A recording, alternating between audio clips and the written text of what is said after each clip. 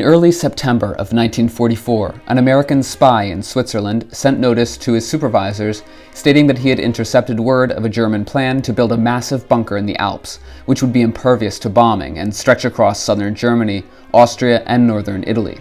It was later found that the spy had simply misinterpreted a German plan to abandon northern Italy and retreat behind the Alps back into Bavaria and southern Germany. But nonetheless, the American military command began to fear this concept of an Alpine redoubt, a fortress for the German ruling class to bunker down in while the Soviets and Western allies swept the lowlands and northern Germany. Despite the initial misinterpretation, the concept of an Alpine fortress was not foreign to the Nazis. By 1945, several bunkers had been built in the Alps, though none were built to the nigh impossible size and might of the supposed Alpenfestung. As the Nazis began to see the writing on the wall in 1945, the inner circle of Adolf Hitler, particularly Heinrich Himmler and Martin Bormann, promoted the idea of an Alpine redoubt as a fallback strategy in case of total defeat on the eastern and western fronts. They believed that the rugged terrain of the Alps would provide a natural fortress, allowing them to continue the fight against the Allies even after the collapse of Nazi Germany. Hitler himself, however, hated the idea. He believed he should stay in Berlin for the duration of the war, which is why he huddled in his bunker underneath the Reich Chancellery, and not in the Alps where Himmler and the ministries of the Nazi Party had fled. The redoubt became Himmler's project, and, under his orders, extensive fortifications were constructed in the mountainous regions of southern Germany and Austria. These included underground tunnels and artillery positions, as well as provisions for supplies and transportation. However, as the Allies closed in on Germany from multiple directions in the final months of the war, the feasibility of the Alpine redoubt as a viable defensive position came into question. Allied intelligence agencies conducted extensive reconnaissance and targeted bombing raids aimed at disrupting German preparations in the Alps. In the end, the Alpine redoubt never materialized as Himmler envisioned. The rapid advance of Allied forces, coupled with the collapse of the German military and infrastructure, left little opportunity for a coordinated retreat to the Alps or a fortification of the existing Alpine bunkers to this impenetrable scale. Instead, many German units surrendered or scattered, and any remnants that did attempt to retreat to the mountains were quickly hunted down and neutralized by the advancing Allied armies. But what if this had changed? What if, in an alternate timeline, the German High Command had the foresight to build their Alpenfestung and consolidate their retreating forces in the Alps?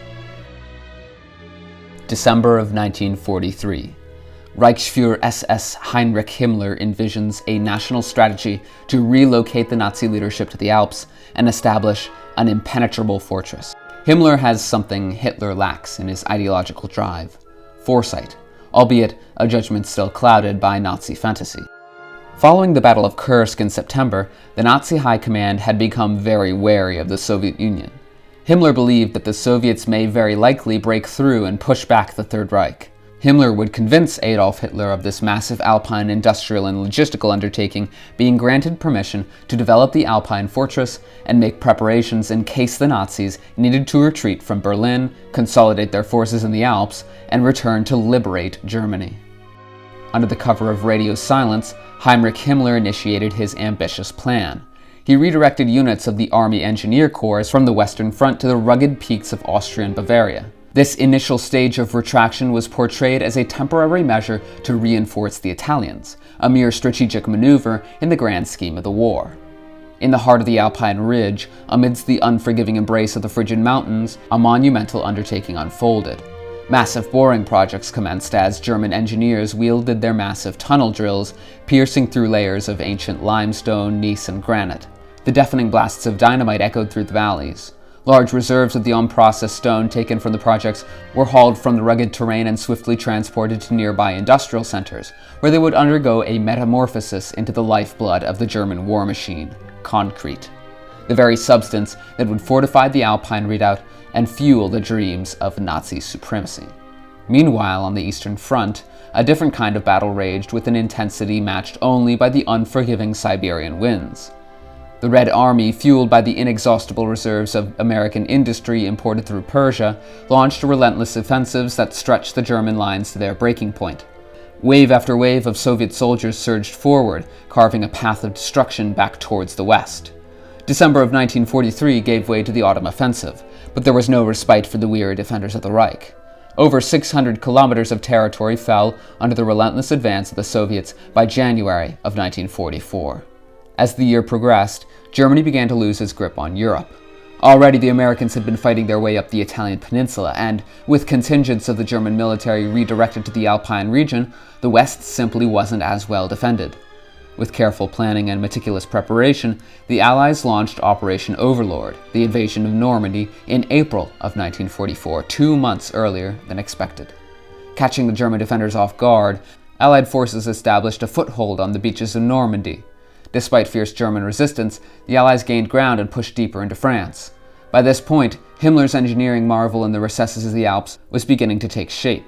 Millions of marks were poured into the project. Enhanced fortifications were constructed using slave labor. Soviet prisoners of war and other interned laborers were forced to work with no pay and minimal provisions, toiling ceaselessly in the brutal mountain conditions to realize Heinrich Himmler's vision of an impregnable fortress stretching from the edges of northern Italy to southern Bavaria and across western Austria. The construction of the Alpine fortress was a marvel of modern engineering, a labyrinthine network of bunkers, tunnels, and fortifications designed to withstand the full fury of Allied bombardment. Teams of skilled miners, with the help of several Reich-friendly contractors from Switzerland, burrowed deep into the rocky subterranean landscape, carving out vast chambers and passageways that stretched for miles beneath the Earth's surface. Connected by a web of underground roadways and railway lines, the bunkers served as nerve centers of the Alpine fortresses, housing command posts, communication centers, and supply depots. Hidden from view, these subterranean citadels were fortified with expensive reinforced steel and concrete, their roofs and support structures designed to withstand the most ferocious Allied bombings. Above ground, hidden behind the rugged terrain of the Alps, lay a formidable array of concealed fortifications. Machine gun nests, artillery emplacements, and anti-aircraft batteries dotted the landscape, camouflaged amidst the natural colors of the mountainside. Bomb shelters carved into deep rock offered refuge for the inhabitants of the fortress in the event of enemy air raids, their thick walls and sturdy construction providing a shield against the deadly rain of bombs from above. While the construction in the mountains was underway, the German military was facing loss after loss on both fronts. By 1945, the Red Army's advance past Warsaw and toward the German capital of Berlin was a blaring alarm in the face of Nazi leadership, while on the Western Front, the Allies had just crossed the Rhine. In the wake of the river crossing, Allied commanders found themselves at a strategic crossroads. General Dwight D. Eisenhower, Supreme Commander of the Allied Expeditionary Force, proposed a bold plan, a sweeping offensive from the Swiss Alps to the North Sea, aimed at encircling and capturing German forces in a massive, overwhelming movement of troops. However, Winston Churchill, the British Prime Minister, advocated for a different approach. Concerned about the logistical challenges and potential risks of such a vast offensive, Churchill argued for a direct thrust towards Berlin, the heart of the Nazi regime, a swift and decisive victory by capturing the German capital and dealing a psychological blow to the enemy. The debate between Eisenhower and Churchill caused a quick pause in the cohesive advance of the Western Allies. Immediately, however, the Nazi regime seized the opportunity. The SS would descend upon the industrial heartlands of Bohemia and Moravia, tasked with a monumental mission: the total dismantling and relocation of war industries to the impregnable fortress in the Alpenfestung. The protectorate was semi-autonomous, meaning the Nazis could operate with impunity, free from the constraints of legal proceedings or bureaucratic red tape. The total stripping of industry from the territory could be done without court order, requiring only financial compensation in exchange. They set about their work, dismantling factories, disassembling machinery, and loading the precious cargo onto trains bound for the Alps. For the Czech owners of the industries, the choice was clear: cooperate with the SS and take the money, or face the wrath of the Nazi regime. Similarly, in the wake of the retreat of Nazi forces from the Rhine-Ruhr Valley, industries were stripped and transported to the Alps where possible. Food and grain were shipped en masse, but the Nazis would quickly realize that, in their fervor, many logistical questions were left unanswered by the organization of their Alpine fortress. Industry was being reconstructed in the Alpenfestung, but what would happen if the Germans ran out of ammunition before their production capabilities were reinvigorated? Where would the raw materials come from? And most crucially, how would they supply their bunkers with food? By mid-1945, the Allies had successfully broken the German lines, and the Western Allies and Soviets were now closing in on both sides. The remaining German collaborators and soldiers threw themselves at the Allied advance, while Nazi and SS leadership fled in a bloodbath for their Alpine fortress. The retraction of the German high command into the Alps was a suicide mission. Thousands perished attempting to flee up the Rhine and Danube rivers to Austria.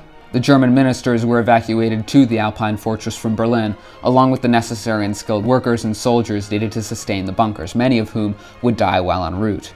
Hitler would be convinced to flee to the Alps as well, as, without him, the German morale would surely fall to unsustainable levels, and any reconquest of Germany would become impossible. Behind them, the Nazis would destroy bridges, railways, and roads to impede Allied advance. As September approached, the German defenses in the north crumbled, and with the Soviets already having marched on Berlin, any Nazi organization not already bunkered down in the Alps disintegrated.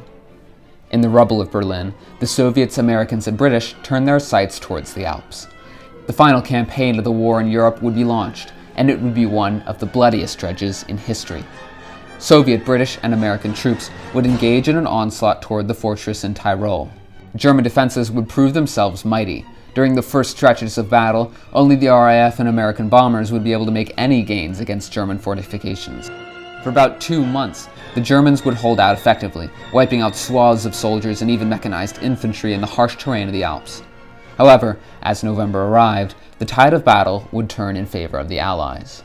The United States Army would initiate Operation Hannibal, a massive bombing campaign to decimate any food and ammunition reserves the Nazis may have left in the Alps. It was a major success, and within weeks some of the outlying bunkers were being infiltrated by Allied forces on the ground.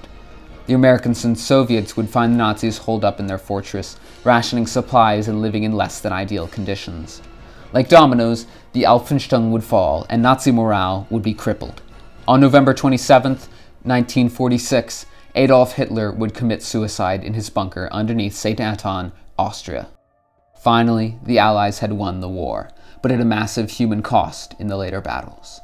The bombing campaigns would ensure the devastation of southern Germany and western Austria. Cities would be thoroughly destroyed, and villages and towns that fell victim to the Soviets would be pillaged or even burned. The Austrians would be treated as equal perpetrators of the Nazi atrocities, forced to admit war guilt, and would perhaps remain partitioned for not just 1 year, but the duration of the Cold War as Germany was. The Soviets would see their influence stretch further south into Germany, and given the extended duration of the war and the need to attack the Nazi fortress from the south, Soviet influence in Italy may even be more pronounced. In the east, the Soviets would not invade Manchuria, given the millions of Red Army troops held up besieging the Alpine fortress. This would have ramifications on the Chinese communists, delaying or even erasing their rise to power. The Alpenfestung would become a symbol of the raving madness of the Nazi regime in its attempts to maintain a stranglehold of power over the European continent. But it would also be a symbol of the weakness and fear of the rulers of the Nazi regime, fleeing their capital and leaving their people to suffer while they retreated to safety in their bunkers. The infrastructure left behind would remain an example of the effect the Nazis literally etched into the earth itself, but only time may tell what would become of the remains of the Alpine fortress. Thank you so much for watching. If you're new to the channel, welcome. We have new videos like this one every week, so be sure to subscribe and stay tuned. A special thanks to everyone who has donated to us on Patreon and through channel memberships on the main channel. Support from our patrons and donors helps make regular videos possible, and every donation goes a long way to keeping our channels going. If you can't donate anything, please consider subscribing on here and on our main channel and sharing this video to help out. Thanks again, and we'll see you in the next video. Mr. Z out.